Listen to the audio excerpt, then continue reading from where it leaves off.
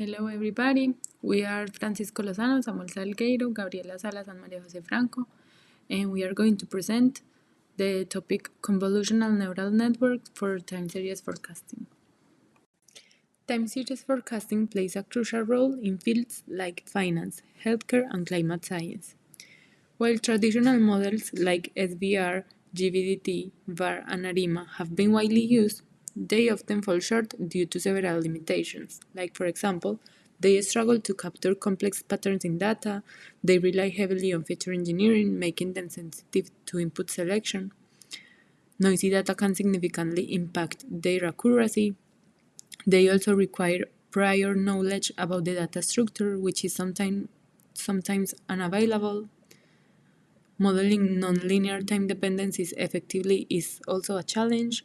And finally, they frequently underperform in forecasting tasks. This is where deep learning methods have gained attention. However, DL models also come with their own set of challenges.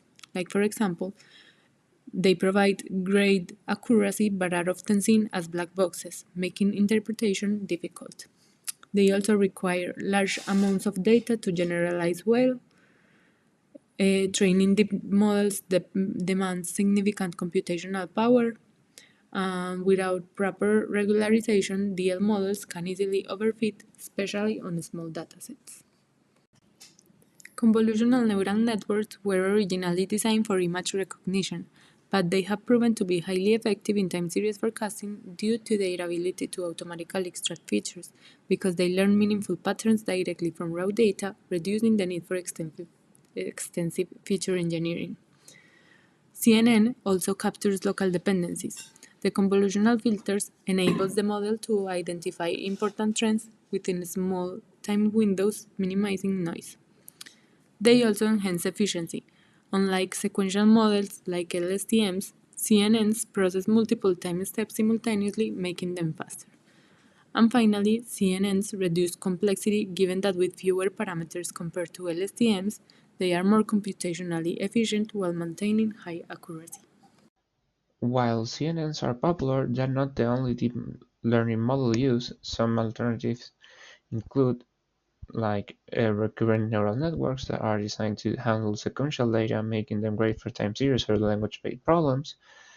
Deep nonlinear state space models that are often used in the scenarios where the data involves complex time dependencies that can't be easily captured by single models. Nonlinear autoregressive exogenous input that are used in time series forecasting, where they combine autoregressive behavior with exogenous input to model dynamic systems. And other neural network structures that includes like M-bits, that is a model used for forecasting, especially useful in time series applications. Deep AR, that is a model specialized for probabilistic time series forecasting. And time-delayed deep neural networks that work well with time-dependent data and are used for tasks where time history plays a major role. So why do CNNs stand out even with all these other powerful models? Let's look at a few key reasons. First of all, the compatibility with other structures. One of the best features of CNNs is their flexibility.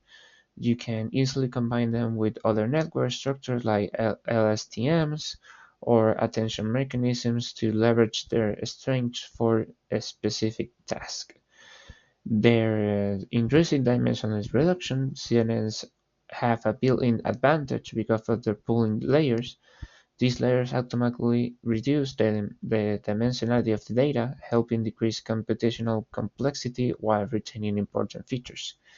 And their rare performance. Finally, CNNs have shown to deliver great performance across various domains, from image recognition to time series forecasting. Their ability to capture spatial hierarchies and patterns make them an excellent choice for wide-range tasks. Now we're going to discuss the CNN architecture for time series. First, we encounter the input layer. The first step in a CNN model for time series is reshaping the data.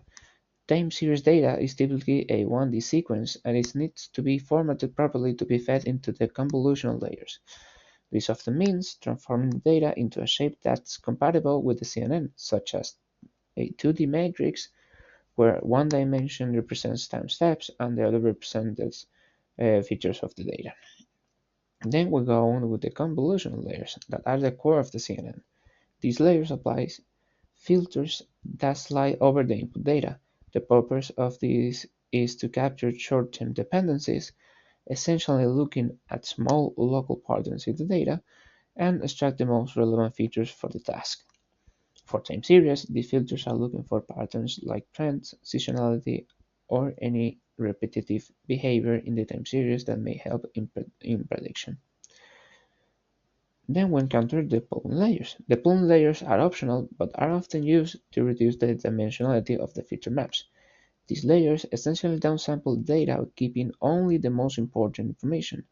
This reduces the computational complexity of the model and helps improve generalization, meaning the model becomes less likely to overfit on the training data. Then we go on with the activation functions. The activation functions are crucial in CNNs because they introduce nonlinearity into the model. Without these functions, the model will essentially behave like a linear regression model, which limits its ability to learn complex relationships in the data. Functions like ReLU rectifies linear unit and leaky ReLU are commonly used to introduce nonlinearity into the model, allowing it to learn more complex relationships in the data, as I said before. Then we go on with the fully connection layers, that after the convolutional and Pooling operations, the strata features are flattened and pass into the fully connected layers. These dense layers are responsible for making predictions based on the features that were learned in the previous layers. And lastly, we have the output layer. Finally, the output layer provides the final forecast. In the case of time series forecasting, this is typically a regression output, meaning the network will predict a continuous value, for example, predicting the stock price or the temperature for the next time step. There are many ways to implement a CNN. In this presentation, we will introduce some notable ones. CNNs are usually good for two-dimensional data, like images, but one-dimensional ones are good for data that comes in a line, like a time series.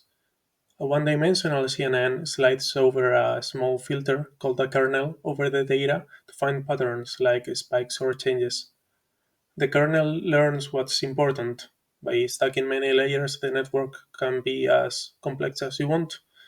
This is helpful for tasks like spotting problems or predicting what happens next. Hybrid CNN LSTM models combine the strengths of both CNNs and LSTMs. While CNN finds the patterns across the data, LSTMs find the patterns across time in the data. Both together are really good at understanding and remembering important information over time, which is really good for time series.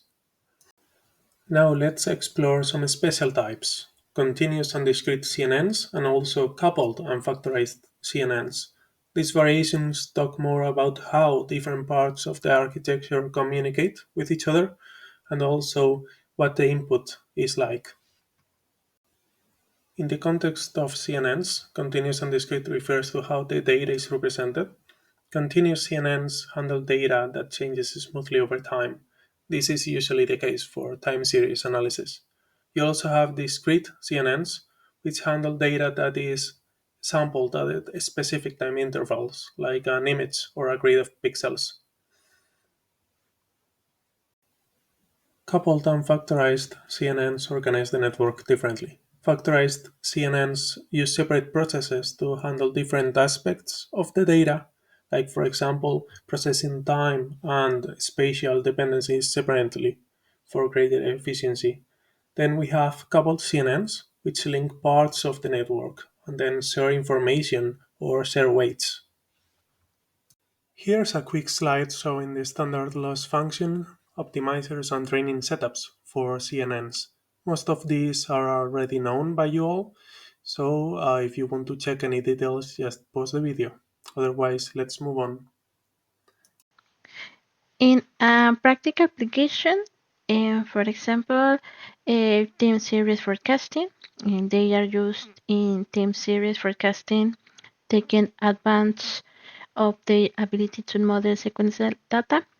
Multivariate data analysis, they are used to explain the correlation between multivariate time series and more complete accuracy analysis of the data.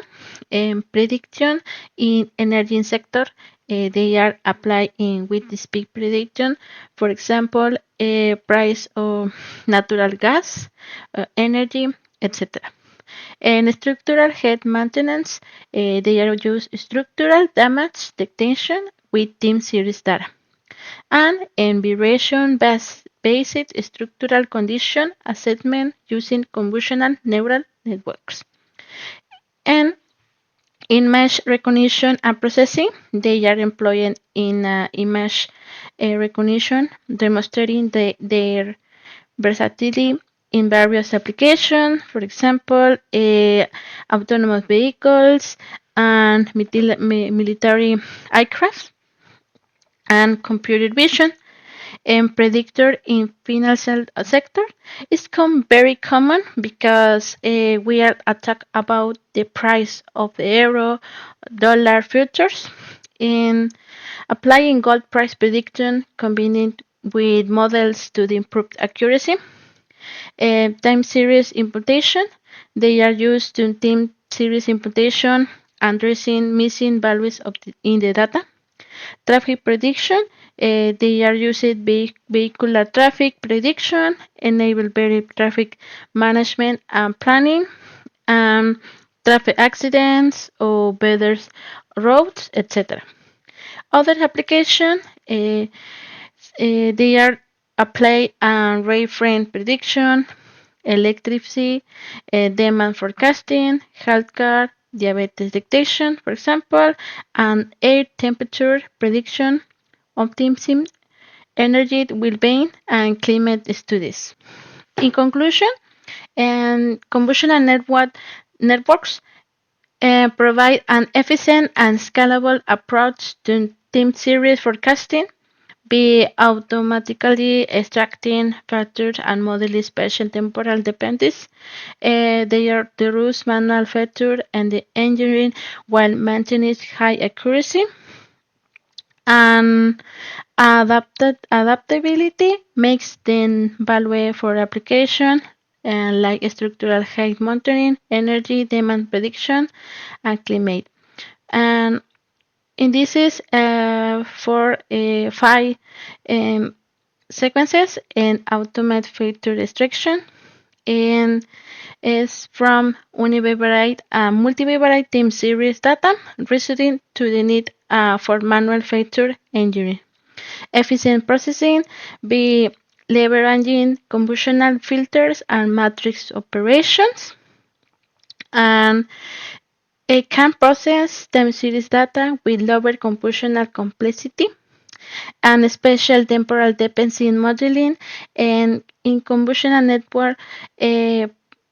neural networks effectively capture both spatial and temporal dependencies in a unified framework, enhancing forecasting accuracy and high accuracy prediction.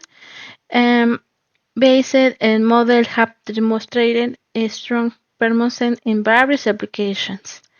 Um, Scalability and adaptability can be they can be easily adapted to different time series, forecasting tasks, making them a versatile solution for real-world application.